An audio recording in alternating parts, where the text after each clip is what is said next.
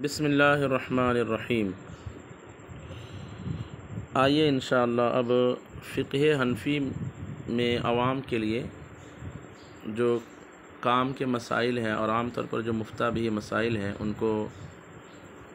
ایک کتاب میں جمع کیا گیا جس کا نام نور الایضاح ہے۔ یہ عربی میں ہے اور درس نظامی کے درجہ ثالثہ میں عام طور پر پڑھائی جاتی ہے۔ اس کتاب کے جو مصنف ہیں ان کا نام شیخ حسن بن عمار بن علی ہے اور ان کی کنیت ابو الاخلاص ہے۔ یہ ان کی ولادت جو ہے 994 ہجری میں یعنی 10ویں صدی میں ایک علاقہ ہے مصر میں جس کا نام شبرا بلولہ، شین با را اور الف مقصورہ آخر میں،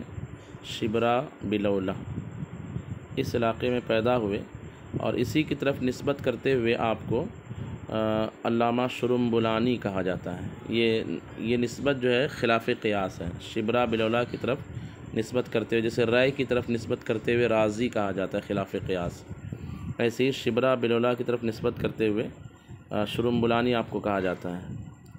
اور چونکہ آپ نے علوم دینیہ مصر میں آ کر حاصل کیے اس لیے اس نسبت سے آپ کو مصری بھی کہا جاتا ہے، ابو الاخلاص مصری شرمبلانی رحمۃ اللہ تعالیٰ علیہ۔ یہ حنفی مسلک کے فقیہ تھے، مسلک حنفی کے فقیہ تھے اور ان کی کئی کتابیں ہیں جو چھپی ہوئی ہیں اور فقہ حنفی کی انہوں نے کافی خدمات کی ہیں۔ تو آئیے انشاءاللہ عز و جل اس کتاب کے اسباق کو شروع کرتے ہیں۔ کتاب الطہارۃ، المیاہ التی یجوز التطہیر بہا سبعۃ میاہ، ماء السماء وماء البحر وماء النہر وماء البئر وما ذاب من الثلج والبرد وماء العین، ثم المیاہ علی 5 اقسام، طاہر مطہر غیر مکروہ وهو الماء المطلق، وطاہر مطہر مکروہ وهو ما شرب منه الہرۃ ونحوها وکان قلیلا، وطاہر غیر مطہر وهو ما استعمل لرفع حدث او لقربۃ كالوضوء على الوضوء بنیته، ويصير الماء مستعملا بمجرد انفصاله عن الجسد، ولا يجوز بماء شجر وثمر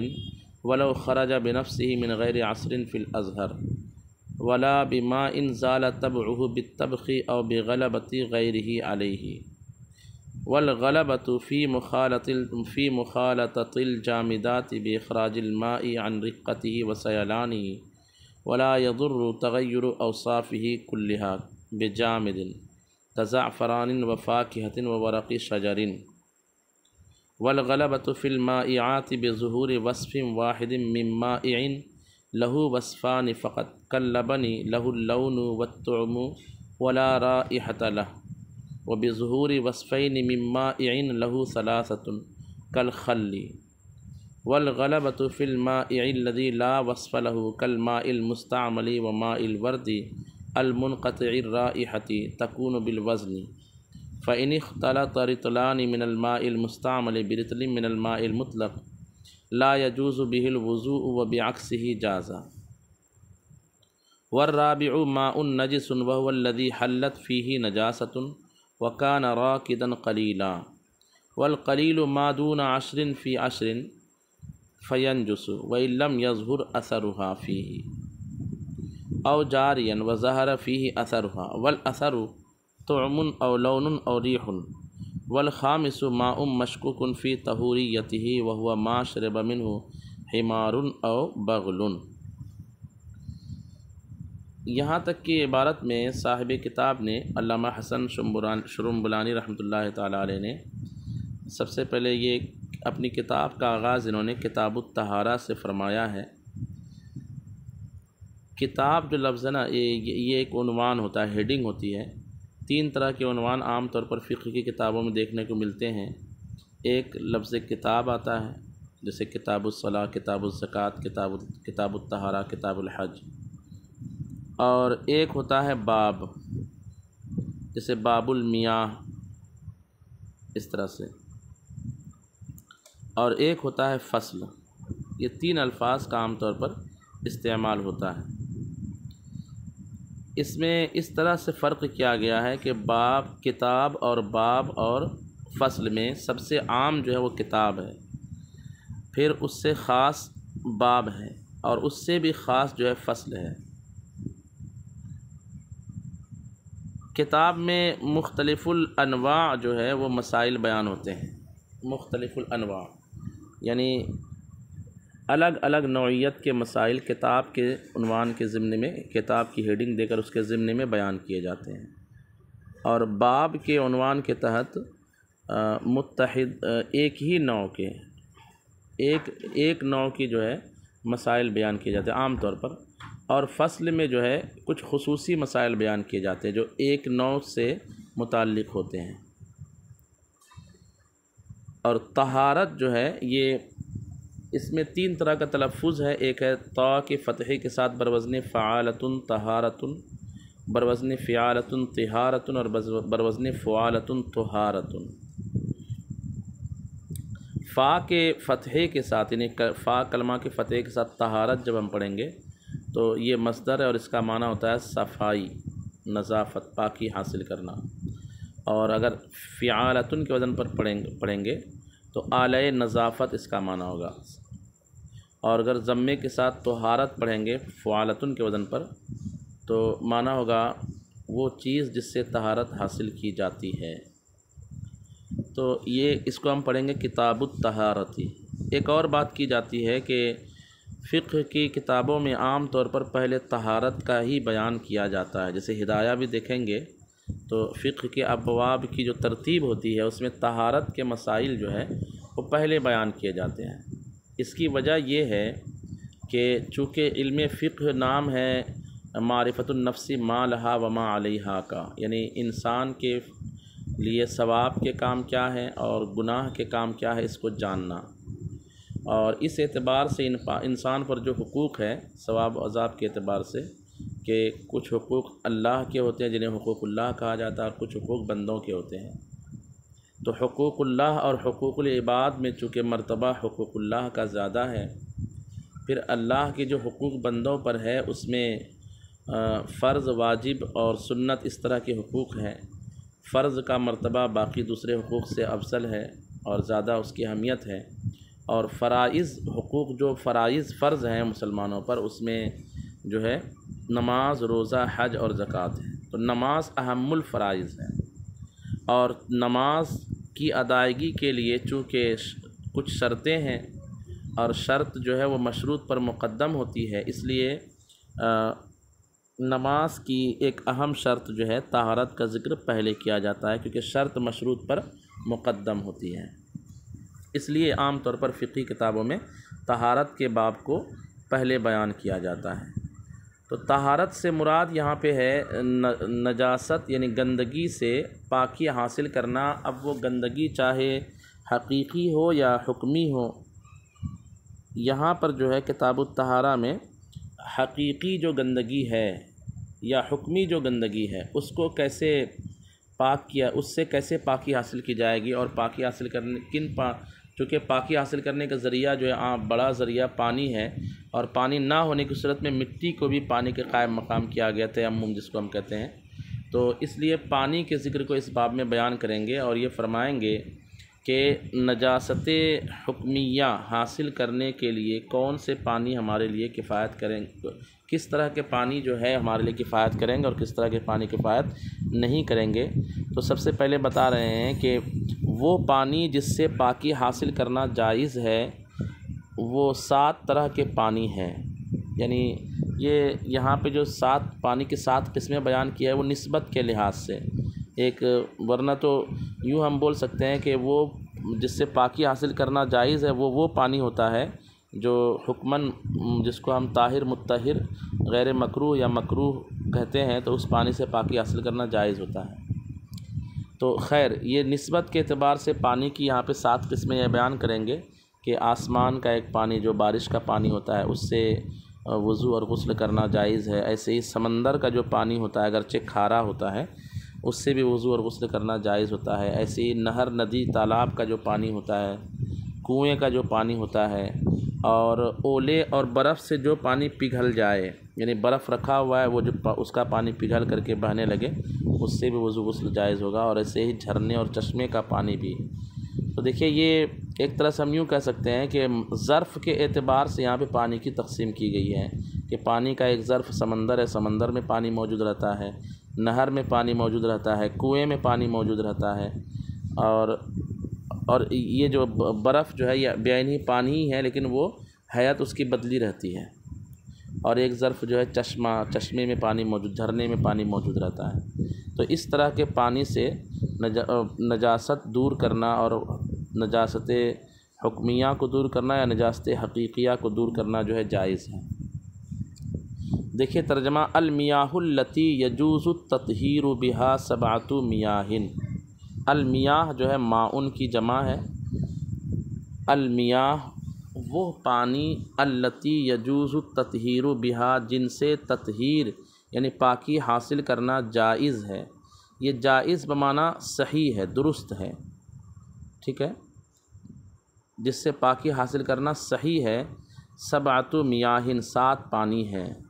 ماء السماء آسمان کا پانی، ماء البحر سمندر کا پانی، و ماء النہر اور ندی کا پانی، و ماء البئر اور کنویں کا پانی، و ماء ذاب، و ماء ذاب نہیں، و ماء ذاب اور وہ جو بہے پگھلے، ذاب یذوب ہوگا نا پگھلنا، پگھلے من الثلج والبرد، برف اور اولے سے۔ برد کہتے ہیں جو بارش میں جو آسمان سے اولا گرتا ہے اس کو، اور ثلج کہتے ہیں جو فریج میں یا ٹھنڈا زیادہ ہونے کی وجہ سے جو پانی جم جائے، تو وہ جمے ہوئے پانی جب جمع ہوا پانی پگھل جائے تو اس سے وضو جائز ہے، ایسے غسل جائز ہے۔ وماء العین اور جھرنے کا پانی۔ اب اس کے بعد صاحب کتاب علامہ حسن شرمبلانی رحمۃ اللہ تعالیٰ علیہ پانی کی پاک ہونے اور نہ ہونے کے اعتبار سے 5 قسمیں بیان کریں گے، اور اس میں یہ ہے کہ وہ 5 قسمیں اس طریقے سے ہوگی کہ پانی یا تو پاک بھی ہوگا، پاک کرنے والا، اور غیر مکروہ بھی ہوگا، یعنی پاک بھی ہو، اس کے اندر پاک کرنے کی صلاحیت بھی ہو، اور کوئی کراہت نہ ہو۔ یہ پانی کی پہلی قسم ہے، یہ سب سے اعلیٰ کوالٹی کی قسم ہے، اعلیٰ کوالٹی کا پانی ہوتا ہے، سب سے بہتر، سب سے بڑھ کر کے اس سے نجاست حکمیہ دور کی جائے گی۔ پھر اس دوسرے درجے پر وہ پانی ہے کہ جو پاک بھی ہے اور پاک کرنے والا بھی ہے، لیکن اس میں کسی وجہ سے کراہت داخل ہو جائے، یہ 2 قسم کا پانی ہے۔ اس سے بھی جو ہے نجاست حکمیہ دور کی جائے گی اور طہارت حکمیہ حاصل کی جائے گی۔ اور تیسرا پانی ہے وہ پانی جو مستعمل ہوتا ہے، جس کو مائع مستعمل کہتے ہیں۔ اپنے مقام پر اس کی تعریف بیان کی جائے گی، خصوصاً حضور اعلیٰ حضرت رحمۃ اللہ تعالیٰ علیہ نے مائع مستعمل کی جو ایک جامع اور مانع تعریف کی ہے، انشاءاللہ وہ بھی عرض کی جائے گی۔ یہ 3 قسمیں ہو گئی۔ اس کے بعد 5ویں قسم ہے مائع مستعمل سے نجاست حکمیہ جو ہے دور نہیں کر سکتے ہیں آپ، یعنی وضو اور غسل نہیں ہوگا، ہاں نجاست حقیقیہ ہے کہ کسی کپڑے پر پاخانہ لگا ہوا ہے، اس کو مائع مستعمل سے دور کر دیا جائے تو پاکی حاصل ہو جائے گی۔ یہ نجاست حکمیہ کو دور کرنے کے اعتبار سے پانی کی 5 قسمیں ہیں: طاہر، مطہر، غیر مکروہ، طاہر، مطہر، مکروہ۔ تیسری قسم مائع مستعمل، اس سے نجاست حکمیہ دور نہیں ہوگی۔ چوتھی قسم نجس پانی، بالکل ناپاک جو پانی ہو جاتا ہے، اس کو تو ظاہر سی بات ہے آپ اس سے پاکی حاصل کر ہی نہیں سکتے ہیں، بلکہ اگر اس کو بدن پر ڈالیں گے تو بدن بھی ناپاک ہو جائے گا، جہاں جہاں لگے گا، جتنے حصے پر لگے گا، اگر وہ 1 درہم کے برابر یا اس سے زائد ہے تو اس کو بھی ناپاک کر دے گا اس حصے کو۔ اس لیے نجس پانی جو ہے اس سے یہ جہاں لگے گا اسی کو ناپاک کر دے گا، چاہے جائے کہ اس سے پاکی حاصل کی جائے۔ اور 5ویں قسم ہے ایک پانی وہ ہوتا ہے کہ جس میں پاکی اور ناپاکی کے دلائل میں فقہا جو ہے وہ مطلب اشتباہ بھی نہیں بولیں گے، یعنی اس میں ایسا ہوتا ہے کہ پاکی اور ناپاکی کی دلیلیں وہاں برابر ہو جاتی ہے، تو اس پانی کے پاک ہونے اور ناپاک ہونے میں ایک طرح سے جو ہے شک ہو جاتا ہے، تو اس پانی کو کہا جاتا ہے مائع مشکوک، جس کی طہوریت میں شک ہوتا ہے، یعنی اس کے پاک ہونے میں شک نہیں ہوتا بلکہ اس میں شک ہوتا ہے کہ اس کے اندر پاک کرنے کی صلاحیت ہے یا نہیں ہے۔ یہ سمجھیے، اس طرح سے مائع مشکوک کا مطلب یہ نہیں ہوتا کہ اس کی پاکی میں شک ہے، بلکہ اس پانی تو پاک ہے لیکن اس کے اندر پاک کرنے کی صلاحیت ہے کیا؟ وضو اور غسل میں کوئی استعمال کرے تو کیا اس کا وضو ہو جائے گا؟ بے وضوئی دور ہو جائے گی، بے غسلی دور ہو جائے گی؟ اس میں جو ہے شک ہوتا ہے۔ طہوریت اس کو کہا جاتا ہے، ایک ہے طہارت پانی کا پاک ہونا، اور ایک ہے طہوریت پانی کے پاک کرنے والا ہونا۔ تو طہوریت میں جو ہے شک ہوتا ہے، اس لیے جو ہے اس پانی کو کہا جاتا ہے مائع مشکوک۔ یہ 5 قسمیں بیان کی گئی ہے۔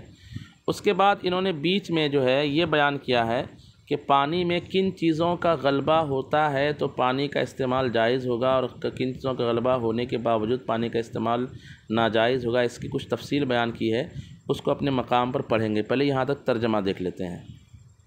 کہتے ہیں ثم المیاہ علی 5 اقسام، پھر پانی 5 قسموں پر ہے۔ طاہر مطہر غیر مکروہ، طاہر مطہر غیر مکروہ، یہ اصل میں اولھا کی خبر ہے کہ ان 5 میں سے پہلی قسم ہے طاہر مطہر غیر مکروہ، وہو الماء المطلق، اور یہ مائع مطلق ہے۔ تو مائع مطلق سے مراد یہاں پہ جو ہے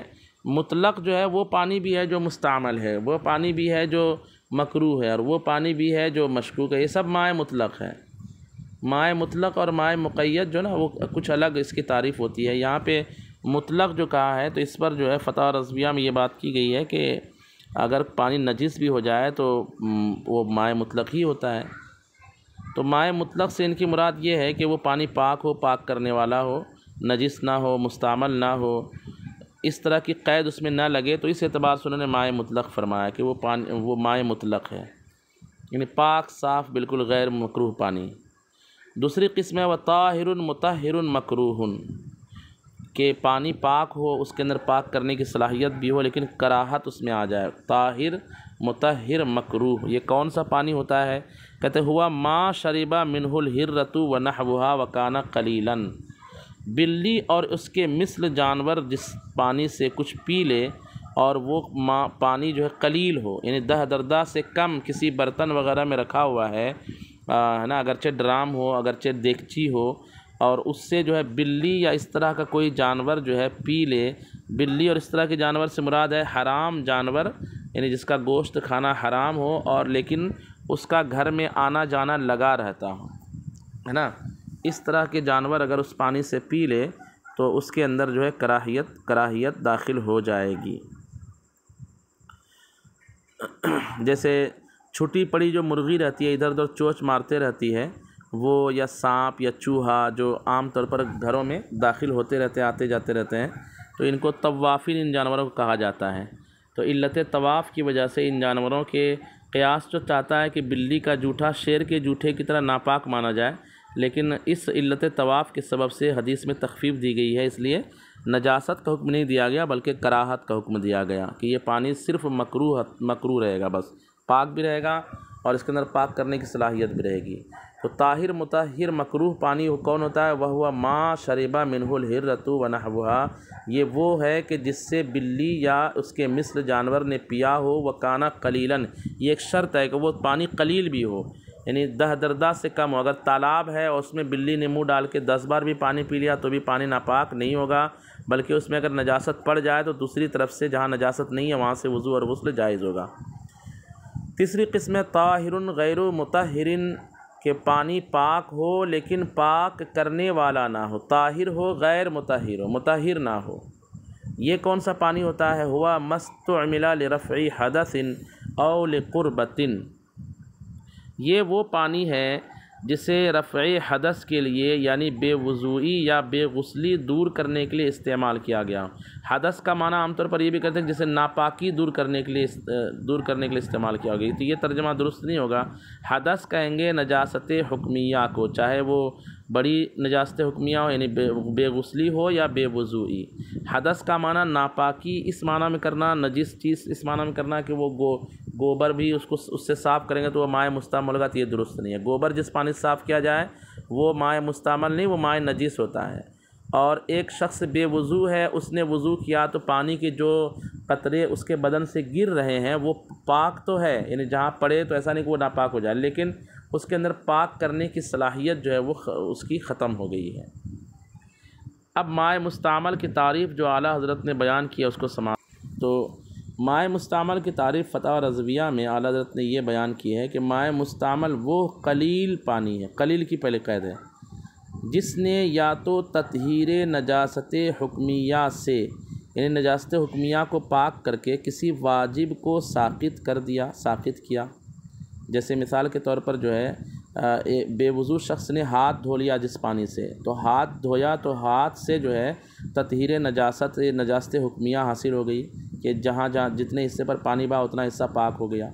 تو ہاتھ دھونا جو اس پر واجب تھا وضو میں اس کو وجوب کو ساقط کر دیا، یعنی وہ پانی انسان کے کسی ایسے پارے جسم کے حصے کو مس ہوا یعنی لگا جس کو پاک کرنا وضو یا غسل میں واجب تھا، یہ ہو گیا، یا ظاہر بدن پر اس کا استعمال خود کار ثواب تھا اور استعمال کرنے والے نے اپنے بدن پر اسی امر ثواب کی نیت سے استعمال کیا، جیسے ایک آدمی باوضو ہے یعنی اس پر غسل بھی فرض نہیں وضو بھی فرض نہیں، باوضو آدمی بالکل پاک ہے، اب وہ عصر کی نماز پڑھنے کے لیے ظہر میں گیا، عصر کی نماز پڑھنے ظہر میں جو ہے باوضو تھا، اس کا وضو برقرار رہا، اب عصر کی نماز پڑھنے کے لیے گیا، اس وقت بھی اس کا وضو جو ہے برقرار ہے، لیکن نئے نماز کے لیے نیا وضو کرنا یہ مستحب تھا، ثواب کا کام تھا، تو اب ثواب کی نیت سے اس نے جو ہے ثواب ہی کی نیت سے اس نے وضو کر لیا، تو یہ پانی بھی مستعمل ہو جائے گا۔ اور تو پوری عبارت اعلیٰ حضرت کی یہ ہے کہ مائع مستعمل وہ قلیل پانی ہے جس نے یا تو تطہیر نجاست حکمیہ سے کسی واجب کو ساقط کیا، یعنی وہ پانی انسان کے کسی ایسے پارے جسم کو مس ہوا جس کو پاک کرنا وضو یا غسل میں واجب تھا، یا ظاہر بدن پر اس کا استعمال خود کار ثواب تھا اور استعمال کرنے والے نے اپنے بدن پر اسی امر ثواب کی نیت سے استعمال کیا، اور یوں جس حصہ کو پاک کرنا واجب تھا اس واجب کو ساقط کر کے یا اقامت قربت یعنی عبادت کی ادائیگی کر کے عضو سے جدا ہو گیا،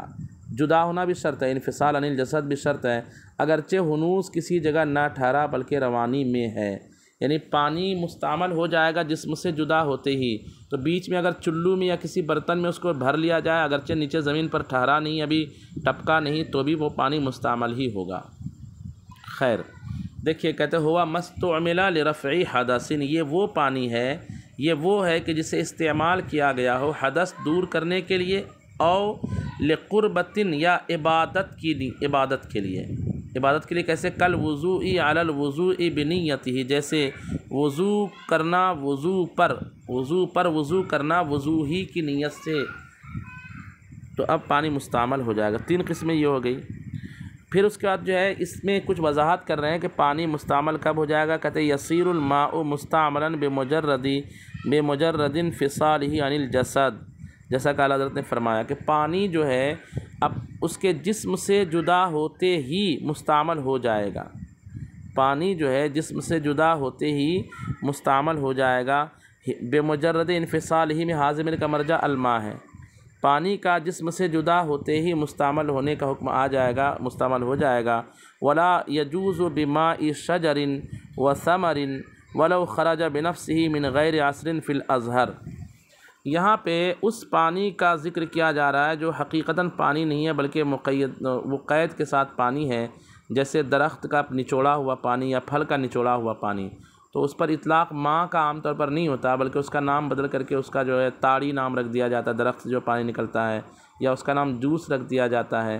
تو اس طرح کے پانی سے بھی جو ہے نجاست حکمیات دور کرنے کی اجازت نہیں۔ کہتے ہیں ولا یجوز بماء شجر، درخت کے پانی سے جائز نہیں ہے، اور وثمر اور پھل کے پانی سے جس کو ہم جوس کہتے ہیں، فروٹ کا جوس، ولو خرج بنفسہ اگرچہ اپنے آپ نکلا ہو، من غیر عصر بغیر نچوڑے، فی الازہر ظاہر ترین روایت میں، یعنی کسی درخت سے اپنے آپ پانی ٹپکے، یا کسی پھل سے جو ہے جیسے تربوز ہے اس سے پانی اپنے آپ ٹپکے کٹ لگنے کی وجہ سے، تو بھی جو ہے اس پانی سے وضو اور غسل جائز نہیں ہوگا۔ اچھا ایسے ہی کہتے ہیں ولا بماء زال طبعہ، یہاں سے پانی میں پاک پانی میں کوئی چیز مل جائے اور اس کی طبیعت اس کی حقیقت میں تبدیلی لا دے، ہے نا، تو وہ پانی جو ہے نجاست حکمیہ کو دور کرنے کے لیے کافی نہیں ہوگا۔ جیسے مثال کے طور پر جو ہے پانی میں دال ملایا اور اس کو ابال دیا، تو اگر پانی پر دال کا نام پڑ گیا تو اب اس پانی سے نجاست حکمیہ دور نہیں کی جا سکتی۔ کہتے ولا بماء زال طبعہ بالطبخ، اور نہ اس پانی سے کہ جس کی طبیعت زائل ہو گئی پکانے سے، او بغلبۃ غیرہ علیہ، یا اس پر غیر کے غلبے سے، پکایا نہیں، ستو میں گھولا اور گھول کر کے گاڑھا کر دیا، اب ستو اس پر غالب ہو گیا تو اس پانی سے وضو اور غسل جائز نہیں۔ اب کب غالب مانا جائے گا؟ تو پانی میں دو طرح کی چیزیں ملیں گی، ایک لکوڈ سیال بہنے والی چیزیں، پتلی چیزیں، جیسے پانی میں دودھ مل جائے، پانی میں دوسرا پانی مل جائے، پانی میں جو ہے وہ شہد مل جائے، پانی میں تیل مل جائے، ٹھیک ہے، اس طرح کی چیزیں پانی میں مل جائے، بہتی ہوئی چیزیں۔ اور ایک ہے کہ پانی میں گاڑھی چیزیں ملے، مٹی مل جائے، پانی میں دہی مل جائے، پانی میں جو ہے وہ کیا بولیں گے، پسا ہوا آٹا مل جائے، پسا ہوا چاول مل جائے، پانی میں ستو مل جائے، پانی میں آٹا مل جائے، یا پتے وغیرہ مل جائے، کاغذ مل جائے، اس طرح کی چیزیں مل جائے، تو کب کہا جائے گا کہ ملنے والی چیز پانی پر غالب آ چکی ہے؟ کب کہا جائے گا؟ سمجھیے، کہتے ہیں والغلبۃ فی مخالطۃ الجامدات باخراج الماء عن رقتہ وسیلانہ، پانی سے اگر کوئی ایسی چیز ملے جو ٹھوس شکل میں ہے، جیسے آٹا ٹھوس ہے، ستو ہے ٹھوس ہے، یا مثال کے طور پر مٹی ہے یہ ٹھوس ہے، تو اب جو ہے پانی پر یہ چیزیں غالب ہو گئی، یہ کب سمجھا جائے گا؟ تو اس کے لیے ایک فارمولہ بیان کیا جا رہا ہے کہ جب پانی اپنی طبیعت سے نکل جائے، اور پانی کی طبیعت رقت و سیلان یعنی پتلا پن اور بہاؤ کی طاقت، سیال ہونے کی طاقت، تو اگر غیر کا غلبہ، پانی کے غیر کا غلبہ پانی کی غیر اس طرح کی چیزیں، جامدات جس کا نام دیا گیا، ٹھوس چیزیں، وہ جو ہے سیال نہ ہو، بہنے والی نہ ہو، جیسے میں نے مثال دیا مٹی، اس طرح کی چیزیں پانی سے مل جائے، تو کب کہا جائے گا کہ پانی مٹی پر غالب ہو گئی؟ اس وقت کہا جائے گا جب پانی کی رقت یعنی پتلا پن اور سیلان یعنی اس کا بہاؤ جو ہے وہ زائل ہو جائے۔ ترجمہ دیکھیے، کہتے ہیں والغلبۃ فی مخالطۃ الجامدات باخراج الماء عن رقتہ وسیلانہ، جامدات کے ملنے میں، مخالطہ یعنی مکس ہونا، ملنا، جامدات ٹھوس چیزیں، ٹھوس چیزوں کے ملنے میں غلبہ پانی کا اس کی رقت اور سیلان سے نکال دینے سے ہوگا۔ ٹھوس چیزوں کے ملنے میں غلبہ کب ہوگا؟ باخراج الماء عن رقتہ وسیلانہ، پانی کو اس کی رقت اور اس کے سیلان سے نکال دینے کے سبب ہوگا۔ اچھا، کبھی کیا ہوتا ہے کہ پانی میں کوئی چیز، پاک چیز ملتی ہے نا، تو اس کے اوصاف بدل جاتے ہیں، تو اگر ٹھوس چیز پانی میں ملے، صرف اوصاف میں تبدیلی، اوصاف یعنی رنگ، بو اور مزہ، یہ پانی کے اوصاف ہے، اور رقت و سیلان یہ پانی کی طبیعت ہے، تو ٹھوس چیزیں پانی میں مل جائے اور اگرچہ رنگ، بو، مزہ بدل جائے، پاک ہو وہ چیز، بشرطے کہ وہ چیز پاک ہو، تو پانی کی پاکی پہ کوئی اثر نہیں پڑے گا۔ جیسے باڑھ کا پانی آپ دیکھتے ہیں، اس کا رنگ بھی الگ ہوتا ہے، اس کا مزہ بھی تھوڑا الگ ہوتا ہے، اور اس کی مہک بھی عام پانی سے الگ ہوتی ہے، لیکن اس پانی سے وضو غسل جائز ہے، یعنی اس کے اوصاف تو بدلے ہیں لیکن اس کی طبیعت جو رقت و سیلان ہے وہ نہیں بدلی ہے۔ اس لیے ٹھوس چیز، جامد چیزیں پانی میں ملے تو اس میں یہ دیکھا جائے گا کہ رقت اور سیلان ختم ہو گئی ہے کیا۔ اگر رقت و سیلان ختم ہو گئے ہیں تو وہ پانی استعمال کے قابل نہیں رہے گا، نجاست حکمیہ دور کرنے کے قابل نہیں رہے گا، اور اگر جو ہے اس کے اوصاف بدل گئے ان ٹھوس چیزوں کے ملنے کے سبب تو کوئی حرج نہیں ہے۔ کہتے ہیں ولا یضر تغیر اوصافہ، یہ تغیر اوصاف، یہ مضاف مضاف الیہ مل کر فاعل بنے گا یضر فعل کا، اور یضر کا معنی ہوتا ہے نقصان دینا۔ ولا یضر تغیر اوصافہ کلھا بجامد، جامد سے اس کے تمام اوصاف کا بدل جانا نقصان نہیں دے گا، یعنی پانی جامد چیز سے ملے اور اس کے تمام اوصاف بدل جائے، تینوں کے تینوں، تو بھی کوئی نقصان نہیں دے گا، مطلب اس کے پاک ہونے میں کوئی نقصان نہیں پہنچائے گا۔ ولا یضر تغیر اوصافہ کلھا بجامد، جامد سے اس کے تمام اوصاف کا بدلنا نقصان نہیں دے گا۔ کزعفران، جیسے زعفران آپ پانی میں ڈالتے ہو پیلا ہو جاتا ہے، اس کا رنگ چینج ہو جاتا ہے، مزہ چینج ہو جاتا ہے اور مہک چینج ہو جاتی ہے، تو کوئی حرج اس میں نہیں ہے۔ وفاکہۃ، اور جیسے میوے، جیسے انار وغیرہ پانی میں چلا جائے، وورق شجر، ایسی درخت کے پتے پانی میں زیادہ دیر ٹھہرنے کی وجہ سے پانی ہرا ہو جاتا ہے، اس سے کوئی حرج نہیں۔ یہ تو ہوا جامدات میں غلبہ، اور اب آئیے مائعات، یعنی بہنے والی سیال اور لکوڈ چیزیں پانی سے ملے جو پانی نہیں ہے نا، یا پانی ہے لیکن نجس ہے، تو کب کہا جائے گا کہ اس کا اس میں غلبہ ہو گیا؟ تو اب اس میں فارمولہ اس طرح سے یاد رکھیے کہ جو چیزیں لکوڈ ہوں گی اس میں یا تو جو ہے ایک ہی اس کا وصف ہوگا، یعنی صرف اس کا جو ہے مثال کے طور پر مزہ ہوگا اور کچھ نہیں ہوگا، مہک اس میں نہیں ہوگی، ہے نا، یا جو ہے 3 چیزیں یاد رکھیے، بو یعنی مہک، اور مزہ یعنی ٹیسٹ، اور رنگ کلر۔ تو یا تو ایسا ہوگا کہ اس شے کے 2 اوصاف، یعنی اس میں رنگ ہے اور مزہ ہے، یا رنگ ہے اور ٹیسٹ ہے، یا 3 اوصاف ہوں گے اس میں، ٹھیک ہے، 3 اوصاف ہوں گے۔ تو اگر چیز ایسی ہے سیال اور لکوڈ چیز کہ جس میں 2 اوصاف پائے جاتے ہیں، جیسے رنگ اور مزہ پایا جائے، مثال کے طور پر دودھ ہے، تو دودھ کا جو ہے نا ایسی کوئی خاص مہک نہیں ہوتی کہ دور تک اس کی مہک جاتی ہے، اگرچہ اسپیشل دودھ جو ہے نا وہ اس کے ایک باس ہوتی ہے، لیکن وہ باس اس میں جو ہے نا گوبر سے لگنے کی وجہ سے، یعنی اس کی نس، دودھ کی نس اور گوبر کی نس چونکہ ایک دم لگ کر کے ہوتی ہے، اور قدرت کی کرشمہ سازی سے وہ ایک دوسرے میں ملتا نہیں ہے، لیکن اس میں تھوڑی سی اسمیل آتی ہے، تو وہ دودھ کی اسمیل نہیں ہے۔ دودھ میں 2 اوصاف ہے، ایک رنگ ہے کہ اس کا رنگ وائٹ ہوتا ہے، اور اس دودھ کا ایک ٹیسٹ ہے جو چکنا ہوتا ہے، زبان پہ آپ پیتے ہیں تو ایک خاص مزہ آتا ہے۔ تو دودھ ایسی چیز ہے، ایسا مائع ہے، ایسا لکوڈ ہے جس میں 2 اوصاف ہیں۔ تو اگر پانی میں دودھ ملا اور ان 2 اوصاف میں سے کوئی ایک وصف اس میں آپ کو نظر آ گیا پانی میں، تو سمجھیے کہ اب وہ پانی استعمال کے قابل نہ رہا، یعنی نجاست حکمیہ دور کرنے کے قابل نہ رہا۔ جیسے آپ 1 لیٹر پانی میں آدھا لیٹر بھی دودھ ملا دیں گے نا، تو پانی میں اگرچہ ٹیسٹ اس کا نہ بدلے، مزہ نہ بدلے، لیکن رنگ بدل جائے گا، اس کا وائٹ نظر آ جائے گا۔ رنگ بدل گیا، اس کا مطلب غلبہ ہو گیا، کیونکہ 2 وصف میں سے ایک وصف ہو جائے اس چیز کا جس کے 2 ہی وصف پائے جاتے ہوں، جیسے دودھ ہے، تو اب غلبہ مانا جائے گا۔ دیکھیے کہتے ہیں والغلبۃ فی المائعات، اور مائعات یعنی لکوڈ چیزوں میں پانی کے ملنے سے غلبہ کب ہوگا؟ مائعات میں غلبہ ہوگا بظہور وصف واحد، ایک وصف کے ظاہر ہونے سے، من مائع لہ وصفان، اس لکوڈ اس مائع سے جس کے 2 وصف ہو، یعنی جس لکوڈ چیز کے 2 وصف ہو، ان 2 وصفوں میں سے ایک وصف بھی اگر پانی میں، سادہ پانی میں ظاہر ہو گیا تو وہ پانی استعمال کے قابل نہیں رہا، یعنی نجاست حکمیہ دور کرنے کے قابل نہیں رہا۔ من مائع لہ وصفان فقط، اس مائع کا جس کے صرف 2 وصف ہو، کل لبن لہ اللون والطعم، جیسے دودھ ہے اس کا ایک رنگ ہوتا ہے اور اس کا مزہ ہوتا ہے، ولا رائحۃ لہ، اور اس کی کوئی خاص بو نہیں ہوتی، ولا رائحۃ لہ، اور اس کی کوئی خاص مہک نہیں ہوتی۔ یہ تو ہوا 2 اوصاف ہو جس چیز کے، جس لکوڈ کے، اس میں یہ معاملہ ہوگا۔ اچھا، اور جس لکوڈ کے 3 اوصاف ہو، مثال کے طور پر دوائی ہے جو ہم پیتے ہیں، سیرپ وغیرہ، تو اس میں رنگ بھی اس کا اسپیشل ہوتا ہے، گلابی وغیرہ، تو دوائی ہے اس کے 3 اوصاف ہوتے ہیں جو سیرپ وغیرہ ہوتے ہیں، ایک رنگ اس کا اسپیشل ہوتا ہے، پنک اور ریڈ وغیرہ، اور اس کا خاص مزہ بھی ہوتا ہے جو آپ کو معلوم ہے، اور اس کا جو ہے ایک مزہ بھی ہوتا ہے، رنگ بھی ہوتا ہے، اور کیا بولیں گے اس کو،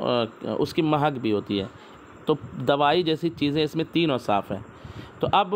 دوائی اگر پانی میں مل جائے تو کب کہا جائے گا کہ پانی نجاست حکمیہ دور کرنے کے لائق نہ رہا؟ دیکھیے نجاست حکمیہ کی قید میں بار بار اس لیے لا رہا ہوں،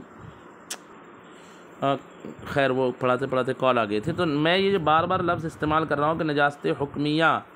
دور کرنے کے لائق نہ رہے گا وہ پانی، اس کا مطلب یہ ہوگا کہ نجاست حقیقیہ اس سے دور کی جا سکتی ہے۔ جیسے کپڑے، آپ کے پیر میں جو ہے پاخانہ لگا ہوا ہے، تو یہ پانی جس کی بات چل رہی ہے مائع مستعمل کی،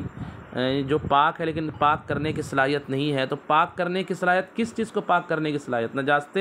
حکمیہ کو، یعنی بے وضوئی دور کرنے کی اس میں صلاحیت نہیں ہوگی، بے غسلی دور کرنے کی صلاحیت نہیں ہوگی، لیکن اگر آپ کے بدن پر پاخانہ لگا ہوا ہے اور اس کو آپ دھو دے رہے ہیں مائع مستعمل سے بھی، تو وہ پاک ہو جائے گا۔ اس لیے میں یہ قید لگا رہا ہوں بار بار، نجاست حکمیہ دور کرنے کی، نجاست حکمیہ دور کرنے کی۔ تو یہ 3 طرح کے اوصاف والی چیزیں جو لکوڈ ہیں، یہ پانی میں ملے تو کب کہا جائے گا کہ اس کا غلبہ پانی پر ہو گیا؟ ٹھیک ہے، کب کہا جائے گا کہ اس کا غلبہ پانی پر ہو گیا؟ تو کہتے ہیں جب 2-3 اوصاف میں سے 2 وصف پانی میں نظر آ جائے، یعنی دوائی پانی میں ملا اور دوائی کے 2 وصف، یعنی اس کا مزہ اور اس کا رنگ، یا اس کی مہک اور اس کا رنگ، یا اس کی مہک اور اس کا مزہ، کوئی بھی 2، تینوں ہو جائے تب تو بولنا ہی نہیں ہے، لیکن کم سے کم 2 چیزوں کا اگر غلبہ ہو گیا، 2 وصف کا غلبہ ہو گیا، تو مانا یہ جائے گا کہ اب وہ پانی نجاست حکمیہ دور کرنے کے لائق نہیں رہا۔ کہتے وہ بظہور وصفین من مائع لہ ثلاثۃ، اور دو وصفوں کے ظاہر ہونے سے اس مائع یعنی اس لکوڈ کا جس کے لیے تین اوصاف ہو۔ اس کا عطف اوپر سے ہے کہ والغلبۃ، یہ اوپر جو عبارت ہے کہاں گئی عبارت وہ والغلبۃ فی المائعات بظہور وصف واحد، اور نیچے ہوگا والغلبۃ فی المائعات بظہور وصفین من مائع لہ ثلاثۃ، کہ مائعات میں غلبہ دو وصفوں کے ظاہر ہونے سے ہے اس لکوڈ کے لیے، اس لکوڈ سے، اس مائع سے جس کے تین اوصاف ہو، کل خلی جیسے سرکہ، یا اس زمانے میں آپ سمجھیے کہ سیرپ۔ یہ تو ہو گیا۔ اب اس کے بعد کہتے ہیں والغلبۃ فی المائع الذی لا وصف لہ کالماء المستعمل وماء الورد منقطع الرائحۃ تکون بالوزن فإن اختلط رطلان من الماء المستعمل برطل من المطلق لا يجوز به الوضوء وبعکسہ جاز۔ اب ایک بات مزے کی یہ بیان کی جا رہی ہے کہ اگر پانی سے ایسی سیال لکوڈ چیز ملی جس کا ظاہری طور پر کوئی وصف ہی نہیں ہے، نہ تو اس کا کوئی خاص مزہ ہے، نہ اس کا کوئی جو ہے خاص رنگ ہے، اور نہ اس کی کوئی خاص مہک ہے، جیسے گلاب جل جب بہت دنوں تک جو ہے حکیم کی دکان پہ رکھا رہتا ہے تو نارمل پانی بن جاتا ہے۔ اب اس میں تو پہلے سے رنگ تو اس کا کوئی ہوتا ہی نہیں نا، اس میں کوئی ایسا نہیں لال پیلا رنگ ہوتا ہے، وہ نارمل پانی جیسا دکھتا ہے، لیکن اس کی مہک ہوتی ہے، اس کا ٹیسٹ بھی ہوتا ہے، لیکن بہت دن رکھنے کی وجہ سے وہ اس کا مہک ختم ہو جاتا ہے، اس کا ذائقہ جو گلاب والا تھا وہ بھی ختم ہو جاتا ہے، نارمل پانی ہو جاتا ہے۔ وہ گلاب جل جو ہے فرض کیجئے کہ وہ گلاب جل سے نجاست حکمیہ دور نہیں کر سکتے ہیں، ٹھیک ہے، نجاست حکمیہ دور نہیں کر سکتے۔ اب وہ گلاب جل پانی میں مل گیا تو اب یہاں پہ دیکھا جائے گا کہ زیادہ کون سا پانی، نارمل جو پانی ہے وہ زیادہ ہے یا گلاب جل زیادہ۔ 1 لیٹر گلاب جل کو 2 لیٹر گلاب جل میں ملا دیا تو اب اس کا غلبہ نہیں ہوا، گلاب جل کا غلبہ نہیں ہوا۔ اس میں گلاب جل سے مراد وہ گلاب جل ہے جس کی مہک کیا ہو چکی ہے، ختم ہو چکی ہے، اس کا ٹیسٹ بھی ختم ہو چکا۔ یا نارمل مستعمل پانی فرض کیجئے ایک لوٹا پڑا ہوا بغل میں، اس پہ کسی نے انگلی ڈال دی تو مائع مستعمل ہو گیا۔ وہ پانی اگر بالٹی میں ملا دیا جائے جو بالکل صاف ستھرا پانی ہے تو کیا یہ مستعمل ہوگا؟ تو اس میں دیکھا جائے گا کہ دونوں میں کوانٹٹی کس کی زیادہ ہے۔ اگر مائع مستعمل یا وہ جو گلاب جل ہے جس کی مہک وغیرہ ختم ہو چکی ہے اس کا غلبہ زیادہ ہے اور بالکل صاف ستھرا پاک طاہر مطہر غیر مکروہ پانی کا غلبہ کم ہے، یعنی وہ کم ہے کوانٹٹی میں، مثال کے طور پر مائع مستعمل 2 لیٹر اور یہ صاف پانی جو ہے جو درست ہے پانی وہ 1 ہی لیٹر ہے، اور ملا دیا تو پورا 3 لیٹر پانی جو ہے مائع مستعمل ہو گیا۔ اور اگر 2 لیٹر صاف پانی تھا اور 1 لیٹر مائع مستعمل تھا، 1 لیٹر کو 2 لیٹر میں ملا دیا تو یہ پانی جو ہے مستعمل نہیں ہوگا بلکہ استعمال کے لائق ہو جائے گا، طاہر مطہر اور غیر مکروہ ہو جائے گا۔ کہتے ہیں والغلبۃ فی المائع الذی لا وصف لہ، اور غلبہ اس لکوڈ میں، اس مائع میں جس کا کوئی وصف ہی نہ ہو، کالماء المستعمل جیسے مستعمل پانی، وماء الورد المنقطع الرائحۃ اور وہ پانی، اور گلاب کا وہ پانی جس کی مہک ختم ہو گئی ہو، وماء الورد المنقطع الرائحہ، منقطع الرائحہ یعنی جس کا رائح یعنی مہک جو ہے اس کا انقطاع ہو چکا، ختم ہو چکی ہو۔ تکون بالوزن، غلبہ کیسے ہوگا؟ یہ تکونوں میں ہیا ضمیر کا مرجع جو ہے اوپر غلبہ ہے، والغلبۃ فی المائع الذی لا وصف لہ کالماء المستعمل وماء الورد منقطع الرائحۃ تکون بالوزن، اور غلبہ اس مائع میں جس کا کوئی وصف نہ ہو جیسے مائع مستعمل اور مائع